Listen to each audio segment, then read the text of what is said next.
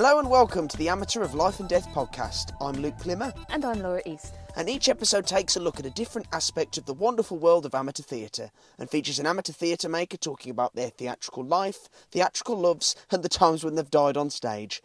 Today's episode explores the challenges and rewards of creating theatre for children and families, especially at Christmas. And we're delighted that John will be talking to David Hill of Charlemont Dramatic Society, or CADS, in West Bromwich, about his life and loves in amateur theatre. John will also be going backstage with Luke to discover the secrets of the Crescent Theatre's Christmas production for 2021, James and the Giant Peach. But first, let's catch up with John. Where are you, John?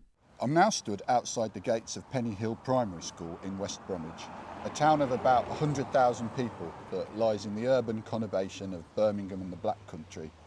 I'm just waiting to meet David Hill, and I wish I could say he'd never missed an entrance, but that would be a mistruth. Oh, Dave. Hello, John. All right, Dave, how are you? Fine, thanks. Good. It's great to see you again. You too. Your ears must be burning because I was just talking about you. I was saying how punctual you always are. Dave, you're the chairman of CADS. You've been involved in the world of amateur theatre for a lifetime. We'll do proper introductions later, but one thing we always said to one another, waiting in the wings for our next entrance, adrenaline pumping, heart beating, eyes popping out of our heads with terror, trying desperately to recall our cue or entrance line or where on earth we were in the plot. One thing we always said to one another was, we live life on a knife edge. Well, little did I know it back then, but all of Charlemont Dramatic Society and its fine history was to find itself on a knife edge. Well, yes. CAD started here in about 1947. They built up this drama company here, mainly 2 plays a year, maybe 3 occasionally, and that went on until 2015. Right. And what happened then, Dave? Our last production here was very fraught because they were putting restrictions on us as to what we could use and what we couldn't use. When you say they, you're talking about the school? The school, the governors, the head. We couldn't come in the entrances that we used to. We couldn't use classrooms to serve refreshments to our audience. It then got to a point where I knew we'd got to do something about it. Eventually it got to a meeting with the governors and the head. That was in the end of 2015, and they put even further restrictions on us, right. Which I won't go into detail, but there was a lot of restrictions. Yeah. You know, so which is strange after 67 years, 68 years of no problems. There were never any accidents. There were never any complaints. I think a lot of it came about because over the years, health and safety became more and more important, and mainly for the children. And because we had such a good rapport with the heads in the past, there were a lot of unwritten allowances that we were allowed to do. And then, of course, as other heads came in, they didn't know about that. And so they didn't like it. And things changed. At one time, CADS was a real asset to this school, and it was an example of the school working with the community. Yes. From the school's point of view, they were probably thinking about the best thing for the children, but from my point of view, and maybe from your point of view, David, they were allowing themselves to be drift into this imaginary realm of health and safety nightmares that had never occurred in 67 years. That they didn't want us here anymore. And so at the end of the meeting, I said, look, I'm sorry, but we can't perform under these conditions anymore. You know, it's impossible to give our audiences what they should be getting as paying people to come and see plays. So I'm afraid we've got to move. So suddenly CADS was homeless. We were homeless. Facing an uncertain future. The company had been here for 67 years. It never had to find a new home. Thankfully, Dave, not everything was lost, but you did have some work to do. So where are we off to next? Right, I want you to take you to our new home, which is the Gayton Road Community Centre, you know, and then you'll see how lucky we were Yeah. Let's go. Okay, that's it. Here we are in Gayton Road Community Centre, which is 10 minutes down the road from the old home. Coming to our new home and theatre. Yeah. They say it seats 150. We try to limit it to 130, 140 maximum as being comfortable. Yeah. When CADS first moved here, was this space ready for a performance? Nowhere near. Right. The stage hadn't been used for 40 years. Wow. It was dilapidated and there was a false ceiling on the stage. Right. So all the lighting systems would have been above that area, so we couldn't, that all had to be moved out. Let's go up to the stage now, Dave. So Okay. it's a proscenium arch space. The stage is about 5 foot raised. Yes. We're just going up the stairs now onto the stage, and there's some lovely thick blue curtains here. Were these here when you... No, these have all been bought between CADS and the community centre. Right. So we shared the cost. Okay. So we're now on the stage. There's 2 doors at the back of the stage, and I'm always intrigued, Dave, to see the backstage setup of any company. So shall we start there? Yes. See where these doors Let's lead. go through this way, shall we? Yeah. We have got 2 dressing rooms. They're not massive dressing rooms, but we have sufficient space. There's, on the wall here, there's a makeup mirror with light bulbs going all around it, as you would expect to see in a backstage dressing room. Although it's good facilities, it's not a palace. There's buckets full of water on the floor. Yes. There's an old Victorian radiator that's rusting away. Which does work. Which does work. I've just put my hand on it. Yeah, it's warm. Yes, Yeah, yes, it's it nice. does work. Yes. And there's some green mould on the walls. Now, Yeah. hopefully, the new roof will sort the damp problem out. Yes. And then CADS, we've already said, now we've got that done, Yeah. we will come in here and we will redo these rooms. Oh, brilliant. This whole building was originally built in about 1941, Right. which was during the war. Yeah. And this whole area, this estate, was a sort of Polish immigration or, from the war when they were getting out of Poland. Yeah, the refugees. Refugees, really. Yeah. The Polish people used to eat here, Yeah. make their entertainment here, and do everything. So the first plays that were put on in this space, and the first people that used these dressing rooms were Polish refugees. Well, possibly, yes. Entertaining their own community. Yes, possibly. During the war. Oh, yes. I mean, they told me when I came here that they were, which was music to my ears, we're looking for someone to come and take over this theatre as an amateur company and make it into a live theatre again. And that's where we came in. So it's so lucky. Right Oh, people, yes. right place, right time. Absolutely. We're looking up now into the ceiling space of the stage where there's 2 lighting bars. Yeah, there are 3 actually. Were there any electrics, stage electrics, when you came There, here? there were some electrics in, but it wasn't enough for our lighting. We talked together with the centre and they bought an electrical guy in. Oh, right, that's And we told them what we needed and how many lighting points we needed and everything else. And the community centre paid for all of that electrical work. Brilliant. And So- that would have been a number of £100 easily. Oh yeah, it went over the £1,000 mark, Right, I'm sure. yeah, so- We were really grateful for the community centre to do this for us, and they worked with us a lot. I mean, all this paintwork and that, they painted the hall not long after we got here, ready for our first performance. How long did it take you as a company to get the performance space from its dormant state into Yeah. a place where it could be used? Well, we started here at the end of January. We used to come up for a whole day on a Friday. Right. Then the big move from Penny Hill School, as it is, to here. We did it in a day. Blimey. We had everybody who was associated with the company, with cars, vans, and we took everything out, all the lighting, all the flooring. The flooring that's under here was originally on the stage at the school. Blimey.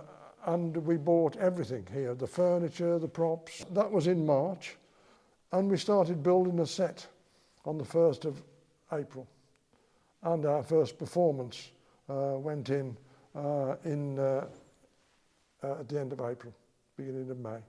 So a lot of work. A lot of hard work. A lot of work. And what was that first play that was on in this space? We did a play called Flamingo Land. Oh, right. It's about a woman who's dying, and her three daughters. She's getting rid of everything and giving it out. There's boxes with their names on it. That daughter will have that, and that daughter will have that. And every scene you go to, there's a bit less furniture in the room. Well, you know what, Dave? Isn't that spookily a bit like cads moving out of their old home? Exactly. And yes, passing on what was into a new generation, a new space, and yes, moving forwards. Yes. And I don't know how that happened, because we'd already planned that play and partly cast it before we decided to move. That's spooky. Yes. That's spooky. That brings us up to the here and now, David. We've been reading plays. We think we've found something. We want to cast it next month. Great. And you've got a troupe now that are sort of turning up for the readings. Yes, and you think you'll be able to cast it? And so I think we can cast it. One of the things is it's not only finding the people to go on stage, it's all the other people, the backstage people, the front of house and all that sort of thing, technical side. We need to replace a lot of those as well.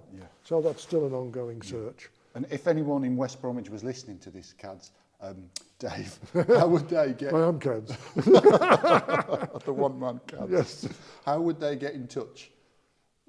Well, we do have a website. Yeah. Facebook, is it?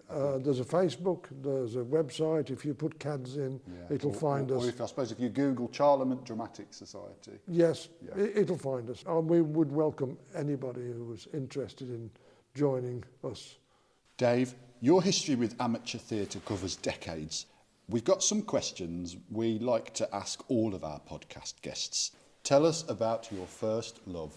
Well, I was always interested in singing as a lad. Choir boy style. But in 1960, I went to see a production of The King and I, and the West Bromwich Operatic Society were performing, and I went to see it because a young friend of mine was playing one of the sons of Tula Longhorn, I think it was, his part.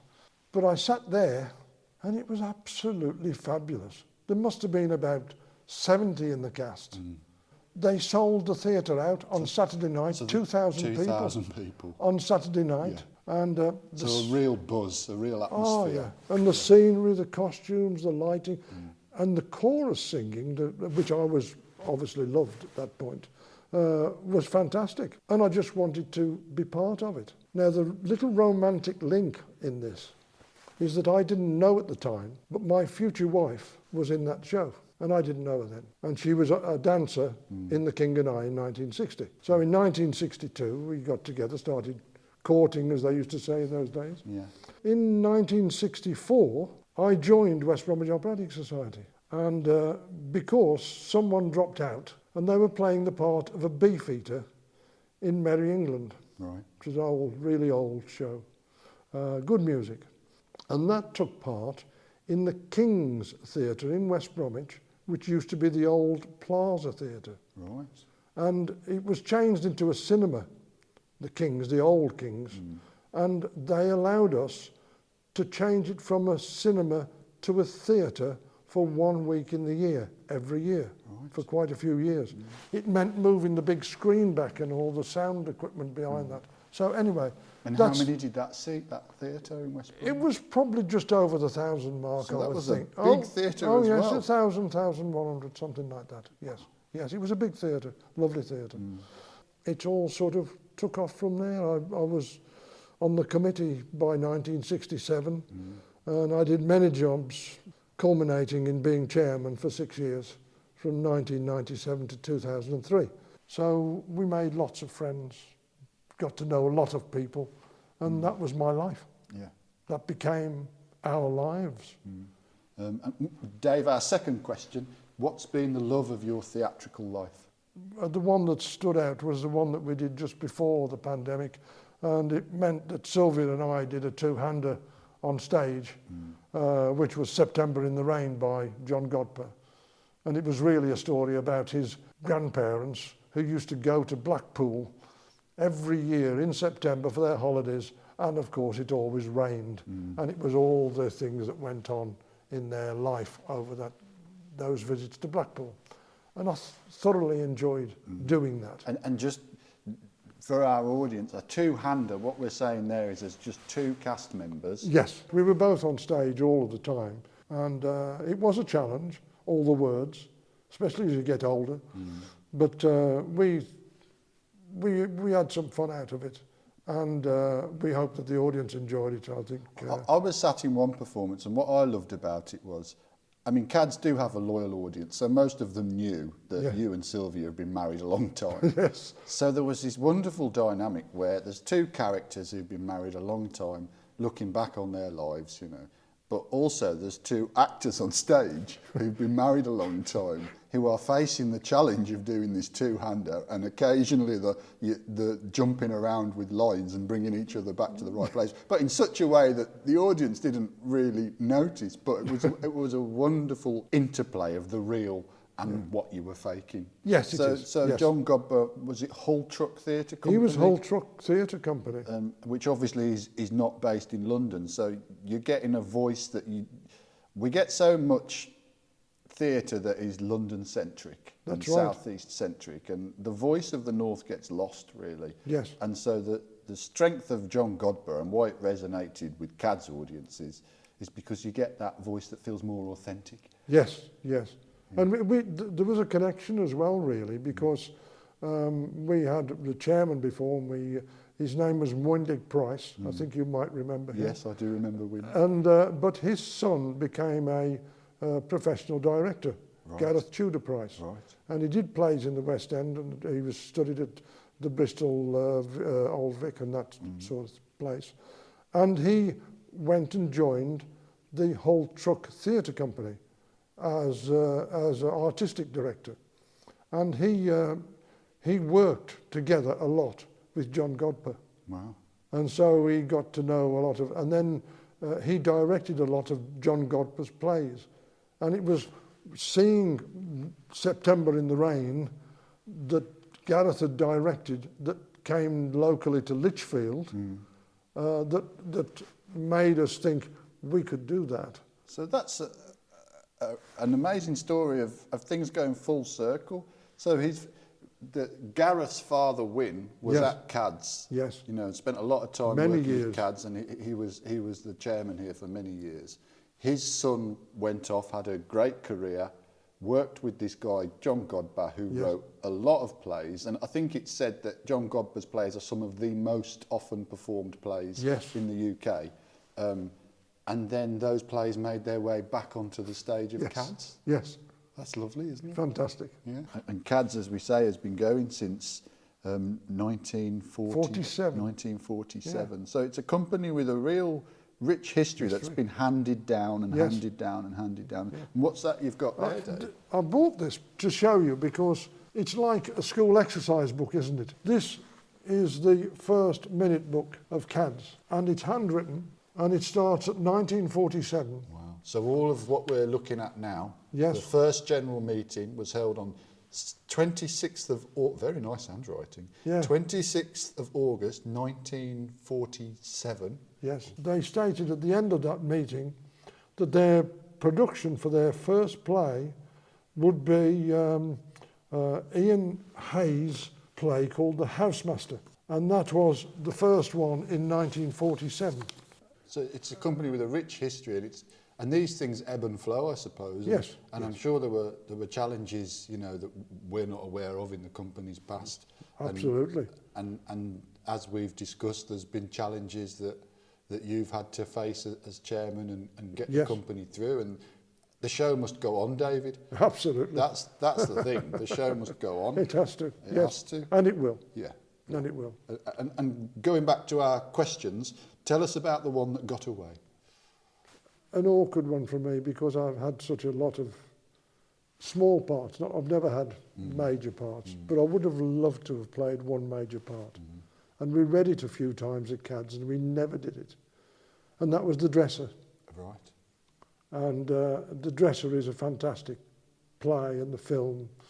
It's a story about Shakespearean actor and his dresser. Right.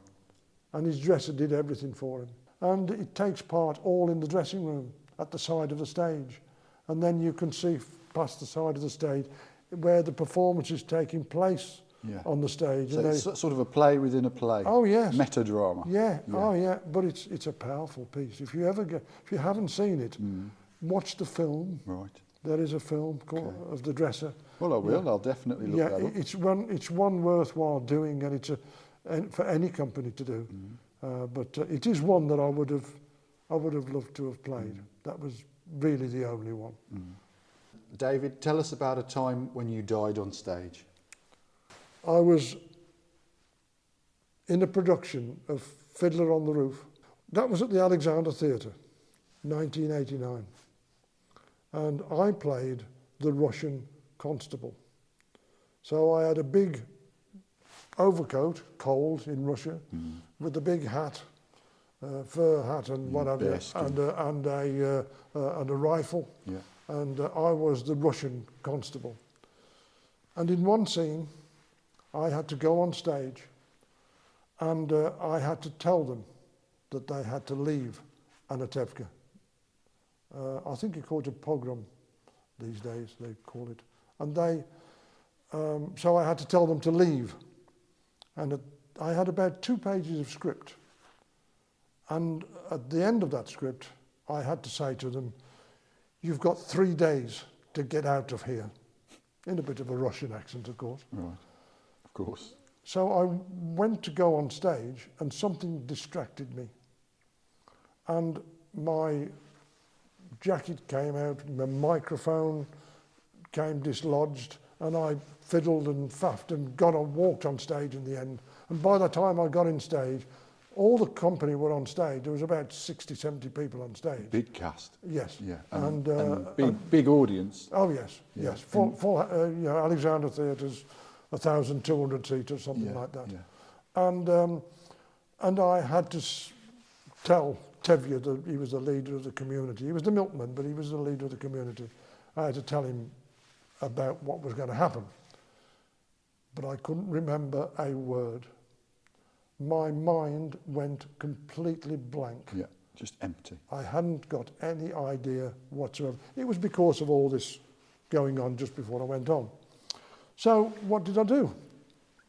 Tevye looked at me, and I looked at him, and I said, the only line that I could remember was, "You've got 3 days to get out of here." Instead of carrying on, he said, "Why?" Oh no. And I said, "I've just told you, you've got 3 days to get out of here." And he said, "I don't understand." What a bugger. And I said, "I won't tell you again. You've got 3 days to get out of here." And he said something, but I don't know what it was. But all of a sudden, It came back. it came back. And I went back to the beginning of my script, because at this point, I was hoping that I was standing on the trapdoor and it was going to open and swallow me up. Yeah. And wearing the big jacket, I was sweating profusely. Yeah. 1,000 people staring at Yes. you. Stage lights. But they may not have known I was still talking. It wasn't the right words. But anyway, I went all the way through my 2 pages of script. And at the end of it, I said, "So as I told you before, you've got 3 days to get out of here." And I marched off stage and literally collapsed in the wings, you know. But when the company came off, I mean, they were in hysterics, you know. It was a serious part in the show. They were being made homeless again. So you know, for ages after that, my name was Dave 3 Days Hill. Happy days, Dave. Yes, absolutely. Lots of them, lots of memories. Yeah. Well, it's been great to get an insight into CADS, the history and the current, where you are now, and the trials that you faced with your new home. Thank you very much, Dave, for coming onto our podcast. You're very welcome. It's been enjoyable talking about something that I love and talking to you about it. Wonderful to hear about CADS there and what goes on in other amateur theatres. Thanks, John. Now, since this is our December episode, that can only mean one thing, the Christmas production. And in theatre or amateur theatre, a Christmas production means children. Now, going to the theatre can be a wonderful experience for children and families. It helps family bonding and strengthens relationships. It creates shared memories and laughter. It helps improve emotional intelligence. It prompts conversations around tricky but important subjects. And it fires the imagination. When asked how to create a play for children, the theatre director Konstantin Stanislavski famously replied, "The same as for adults, only better." So what are the right ingredients for a piece of children's theatre? There are many different styles, but many productions will have some things in common that audiences can spot. Shows are usually created for those between about 3 and 11 years old, although it's important to make sure that while the content's age appropriate, it doesn't talk down to children. Children are sensitive to being patronised, and they won't like it.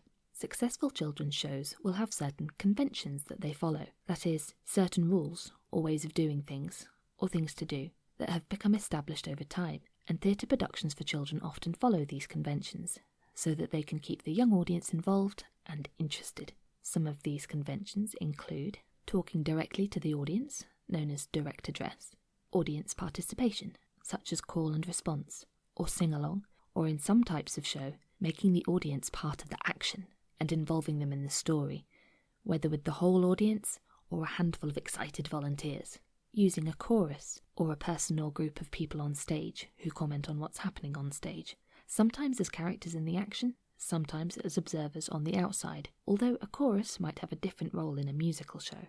Other types of family show, and children's shows in particular, might use all, some, or none of these conventions, but it's usual for a children's show to use at least some of these to keep children drawn into the action and story. For example, if a show uses direct address, children can relate well to a main character who talks directly to the audience and asks for advice or responses or tells them jokes. Humour's another popular way to keep children interested. Family shows are often designed to entertain adults with them too, so you might get other humour and more grown-up references designed to whistle harmlessly over the little ones' heads, a trope commonly referred to as a parental bonus. But shows designed completely or mainly with children in mind will have more of certain kinds of humour. There's simple word humour, such as puns and knock-knock jokes, made-up words and play on words so that children can enjoy messing around with the world of language and sense. There's visual gags, like slapstick, the good old pie in the face, and knowing things the characters don't know and seeing things the characters can't see. You might recognise some of these conventions from family pantomimes, and there's a good reason why so many stock call and responses still stick around in pantomime after more than 100 years. He's behind you! And there's many more types of humour besides that children enjoy, like situational comedy, exaggerated behaviour, and music, sound or sight gags. Children can have a sophisticated sense of humour, but most will enjoy a character whiz-popping when they shouldn't. The rhythm of scenes in children's theatre is also likely to include short, sharp scenes to hold their attention and keep things moving. And you're also not going to find many flashbacks or experimental structures. Most pieces will use a simple narrative structure that children will find easy to follow. Think once upon a time through to and they all lived happily ever after. Tried and tested narratives can also be a reason why existing stories like fairy tales or children's books make for popular stage adaptations. Children will struggle to follow the story less if they're already familiar with it. Children also learn by repetition, as anyone with young ones will attest, and they can be less intimidated by stories or characters they recognise, and enjoy anticipating the parts of the story they might already know that are coming up. And, of course, adapting a popular book or other property, like The Lion, the Witch and the Wardrobe, Peter Pan, Fantastic Mr. Fox, James and the Giant Peach, or Mary Poppins, means you know you're starting with a story that children already enjoy, and you can make the most of the things that made them popular. This includes the story, and for a story to work well on the stage, the characters have to be believable, and the actual journey of the story needs to be about reaching some sort of goal at the end. But other favourite bits of the popular story can include favourite characters, favourite baddies, spectacular scenes, silly words, and quite often, but not always, songs.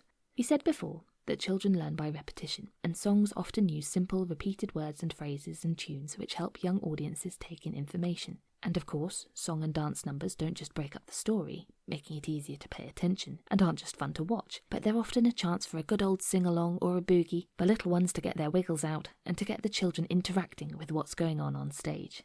Children's productions can also be as sophisticated or as simple as productions for adults. When you think of children's productions, you might think of a spectacular adaptation that's a family day out, like The Snowman, Shrek, The Gruffalo, or Chitty Chitty Bang Bang. And these are designed to look and sound amazing and make the most of the many technical artistic departments, like costumes and lights and set design and music and sound. They might have musical numbers or complicated technical effects, like puppetry, vehicles or projection. Children have terrific imaginations, of course, and many successful children's productions need no costume, set, props or effects at all, as long as it's a good story that's structured, produced and performed well. Using those tricks we mentioned to keep the young audience engaged, children can enjoy it just as much. Smaller scale or amateur shows have to be very imaginative to create appealing and exciting shows for children on a smaller budget, without the benefit of, say, a 20-foot fiberglass peach, revolving stage, or flying car, or shrinking Alice. Many shows often feature young or small main characters for the children to identify with. Shows might be very realistic, like The Railway Children, but often there's a hint of magical realism, like in Matilda, or lots of magic and fantasy to intrigue children, in stories where talking animals, flying nannies, 20-foot peaches, fairy godmothers, witches, wizards and wardrobe doors can spark little imaginations and make little eyes big with wonder. Besides some common formats and devices, there's no set type of show or reason for creating a show for children. It might be educational, a way to use theatre and workshops to let students actively and creatively explore important ideas and issues. It might teach or explore morals, like fairy tales for young children or bigger issues for older children. Or it might just be for fun, a wonderful way to entertain children and maybe introduce them to the fizz-whizzing magic of the theatre and create memories to share. Now, Luke and John have headed over to the Get-In for the Crescent Theatre's 2021 Christmas production of James and the Giant Peach. The Get-In is the process of building the set on the stage, as well as rigging all of the sound and lighting equipment and everything else that has to happen in the performance space to make it ready for the show. While they were there, they caught up with a few members of the crew to find out what they do at the Get-In and play our trivia quiz. Gobblefunk or Fobblegunk? I've just managed to distract Keith Harris here for a moment as we're sat on the lunch break of the Get-In for James and the Giant Peach. Keith, thanks for agreeing to speak to us. No problem at all. My pleasure. Open up the Get-In for our listeners. Can you let us know what your role is in the production? In the production, James and the Giant Peach, yes, I'm designer.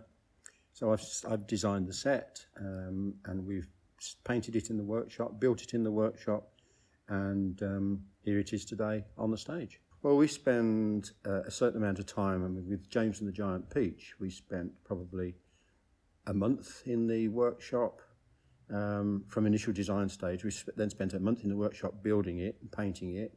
So you started building it a month ago? Yes, thereabouts, yeah. Yeah. And we build it in sort of prefabricated way so that we can move it from the workshop onto the stage when we have the day of the Get-In, which is today. Get-In simply means that we managed to get in to the theatre, or get in onto the stage, to set up all the set, make sure all the scenery works, fly all the necessary pieces that come from the fly gallery, and just generally get it ready for open night next week. And you make it sound very easy, Keith. Is it always easy? No. We try to make it as easy as we can. Depending on the size of the show, James and the Giant Peach being a Christmas show, we sort of go all out to make sure that the set works. It's for children, therefore we like to try and make fantasy work and the magic work. Yeah. And I think we've achieved that with this one. We do obviously smaller stuff, we do smaller sets, we do smaller shows, but generally the Christmas show, as this one is, and the main musical, tend to be very big sets. And yes, they come with their own problems, of course they do. But we always manage to overcome them. Yeah. And so you've designed and built the set for James and the Giant Peach, and we're sat here now looking at a half-built set on the stage. What sort of set have you built?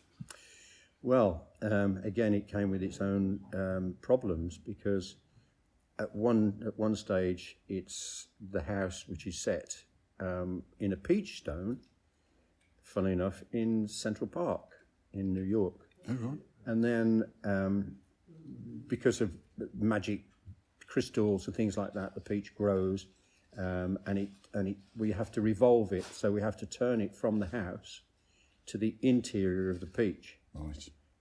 All based on a true story as well, of course. Is this the Roald Dahl story? Oh, yes. It's the Roald Dahl Gospel, story, but yes. yes. Great. So what we're looking at here, and what was a complicated moment this morning, was that we can see the house, but it's on a piece of wood which is itself on wheels, which we call a revolve. That's right. And it's circular, so it turns round. And what we see now, which is the front of the house, that goes round the back, and then from the back comes the interior of the house. Correct. The interior of the peach, yes. Yeah. And would you say getting that revolve onto stage today, where we had to take it down into the orchestra pit, a lot of people were involved, it was very heavy, to flip it over and get it on the right side, was that the most complicated thing we'll do today? Yes. Yes, it really is, because purely and simply because of the weight of it. It took, I don't know how many people, 12 people, yeah, 12 least. guys to turn it over. And then it has to be set onto a centre pivot, which is already preset on the stage. But now it's there. That's not going to move now for another 2 weeks, 2.5 weeks, other than when it's being used on the set and it revolves from one side round to the other. And what's left to do this afternoon? We've got to put a little skirt around the revolve. Round the bottom, so we can't see the wheels. That's right. Yeah. And one or two little odd jobs, but basically I think we've more or less finished now for today, which is great. Maybe another hour in the theatre. Great. And have you been at gettings that have gone on till late in the evening before? Yeah, well, we both have, haven't we, from time to time?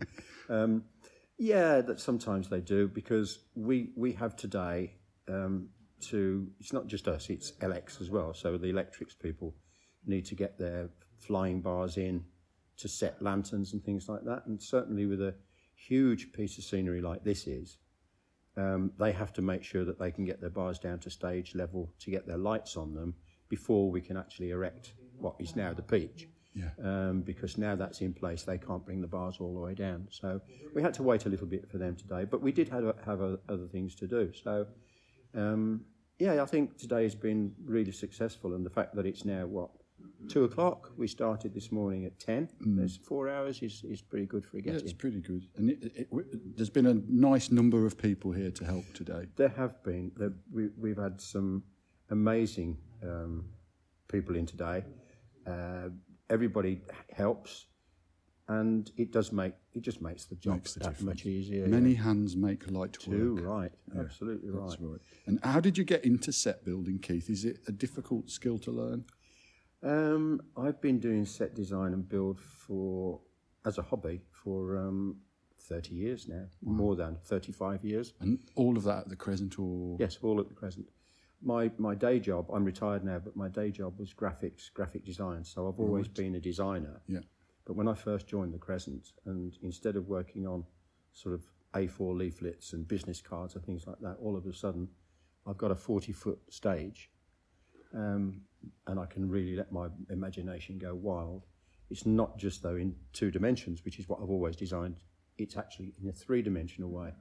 So I have I've gained a technical knowledge as well. So I know that sets that I design, I hope look good, but they certainly work. Yeah. Technically they work. And that tends to be the way I design. We've got another couple of designers in the theatre, and we all have different styles, so it works really well. Yeah. Some people, was one guy, Colin, who a lot of his stuff is, he room sets and period pieces, and very realistic. Very realistic, and he's amazing the way that he paints stuff and everything else. I tend to go for a more graphic-y, technical style. Yeah, and what we're looking at here is sort of off-cut windows and rounded edges, and it's a fantasy feel. It's bright colours, perfect for James and the Giant Peach. Yeah. And are there vacancies for set builders at the Crescent if someone was listening to this and fancy trying their hand? Very much so. myself and Phil Parsons tend to be the main guys that are building and painting, and we're not getting any younger. So yeah, some younger blood, or if people just want to come along and spend a couple of hours or a couple of days in the workshop and help us out whilst we're doing stuff, just watch what's going on the website, because the Crescent website, we quite often put things, and in the Crescent newsletter, saying we'll be in doing so and so. Anybody wants to come along, just get in touch, and we'll show them the ropes. Yeah, brilliant. Thank you very much, Keith. You're more than welcome. I hope we get it finished in the next few hours, and looking forward to seeing the show. Yeah, well, hopefully the opening. It opens on the 7th of April. 7th of April. I've got the date somewhere. 7th of December. 7th yeah, you're to the right. 18th of December. Yeah. And I think some days we're doing 3 shows a day. It should be a good, fun Christmas show for all the family. Wonderful. Thank you very much, Keith. Thanks, John. The author of the children's book, James and the Giant Peach, Roald Dahl, played with language in his writing to entertain readers. He invented over 500 words and character names using combinations of letters that were just more fun to say, like iggle, obble, is and os, swapping bits of existing words around and playing with word beginnings and endings and alliterations, all to add life to his descriptions, worlds and characters. To commemorate what would have been Roald Dahl's 100th birthday, Oxford University Press released a special colour illustrated Roald Dahl Oxford Dictionary in 2016, celebrating Roald Dahl's unique gobble-funk language. Can you tell the difference between a real made-up Roald Dahl word or just a made-up Roald Dahl word? Is it gobble-funk or fobblegunk? I'm Alan Bull, and I'm the production manager. I'm also one of the 2 stage managers. OK, and how are you helping out today with the get-in? Well, I'm, as it were, making sure that everything is going according to plan and mucking in with whatever needs doing. So there's been some heavy lifting, there's been some flying. So the first word we're going to do is fizzwiggler. I'm going to go for gobblefunk. Yes, you're right, it is gobblefunk. In fact, it was used in the BFG. It means somebody who is mean or cruel. The BFG used it actually to describe Mrs. Clonkers, who ran the orphanage. The BFG was released in 1982 and it's had 37 million copies in the UK printed. Hi, I'm Graham. I'm one of the fly crew for this production, working up in the fly gallery, raising and lowering scenery on command from the stage manager. So, the first word that we're going to say is verminicious. Is that gobblefunk or is it fobblegunk? That's fobblegunk. OK, believe it or not, it's actually gobblefunk. It was a real word that he made up. It's actually a word used in James and the Giant Peach. All right, this production shows I haven't paid attention, didn't you? Well, you're more informed now. James and the Giant Peach was published in 1961 and there was even a film about it released in 1996. Yeah, in the story, you don't want to come up against a vermicious canid. Hello, I am Mark Sean Walsh and I'm the director of James and the Giant Peach. I am hanging around, basically. There's not much for me to do on this first day, so I'm giving a hand wherever needed. In our gobblefunk or fobblegunk game, the first word I'm going to give you is pobble-nosed. I'm going to go fobblegunk. You are right, it is. It's not a real word. Basically, we made that up from Edward Lear's The Pobble Who Has No Toes, as you do. And then the other word that I'm going to say is grunion. So the last word is grunion. I'm going to go gobblefunk. It is gobblefunk, yes. It's a word that means a very mean or grumpy person From the twits. Very close. Oh. It's from George's Marvellous Medicine. Very close.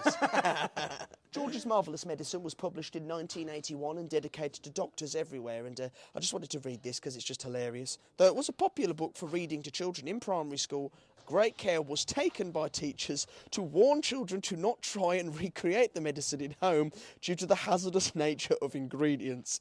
There is a disclaimer warning before the story stating, warning to readers, do not try to make George's Marvellous Medicine yourselves at home, it could be dangerous. And in 2020, a team of British researchers performed a toxicological investigation into the potion and all 34 of its ingredients, and they reported that if ingested, it could cause vomiting, kidney injury, convulsions, and other severe health problems, including the most likely clinical outcome, death. So in case that wasn't obvious, don't try this at home. Go over to a friend's house. What? No, OK, don't do that. Well, we've been at the get-in now for about 2 hours, would you say, Luke? I would say that, yeah. and some of the flies are now up. There's clouds have gone onto the flying tower, and a lot of the lights have been rigged, but we've reached a crucial point in terms of one huge piece of scenery. How would you describe that scenery, Luke? Well, it's looking like a huge circular bit of scenery that's covered with wheels because it's upside down, and at the moment it's covering the first 2 rows of the audience, so I hope it's not like that on the night, otherwise some people are going to be pretty annoyed with what they've paid for. But Oh, don't worry, that's just somebody losing their life. That's exactly what just happened. And in a minute we're going to lower a lift and try and turn it over, so I'm going to go and help. Yeah. Hang on 1 second. Okay. But if we roll it to the end, you can get more along the edge of the stage. We might just be able to... If you push it hard enough, you'll catch it. Are we rolling it? Do you want to go back again? But I think we need to go slightly twisting so that the join's at a 90 degree. Back this way. Who's on the button? Try again. Yeah, this isn't staying like this. Can we go up a bit more? I think the wheels are caught on the safe edge. That bar needs to go out as well. Charlie! What's your diet? Oh, just to get in. So how was moving the peach for you, Luke? I don't think I can feel my fingers anymore. It's 5 metres across, Yeah. and it was upside down, so it was wheels up, and what needed to happen was wheels needed to go down because the peach rotates round and round like a disco ball. Sure. And in order to do that, everybody involved took this huge, heavy piece of wood. Understatement. We lowered it into the orchestra pit using a hydraulic lift, and then flipped it round, and then brought it back up, and used the orchestra pit as a sort of lever, and now we've got it the right way round. But it was hairy, wasn't it, Luke? Yes, it was. There were points where there was a lot going on. There was a worry that we were going to hit one of the lighting bars at one stage, which had to be quickly de-rigged. But all's well that ends well. Absolutely, absolutely. And the good thing is that a lot of us are probably in the best shape we've been in a long time now. Thank you for listening to the Amateur of Life and Death podcast. If you'd like to listen to more, make sure you subscribe at podcast.crescent-theatre.co.uk or via Spotify, Google or Apple Podcasts to get the next episode. You can find out more about the Crescent Theatre Birmingham and our upcoming productions, including James and the Giant Peach, by visiting www.crescent-theatre.co.uk or by following us on social media. Amateur of Life and Death is a Crescent Theatre production. It's researched and presented by Laura East, John O'Neill and Luke Plimmer, and produced by Liz Plumpton and Kevin Middleton. The music is by Brendan Stanley, and the podcast is edited by Kevin Middleton.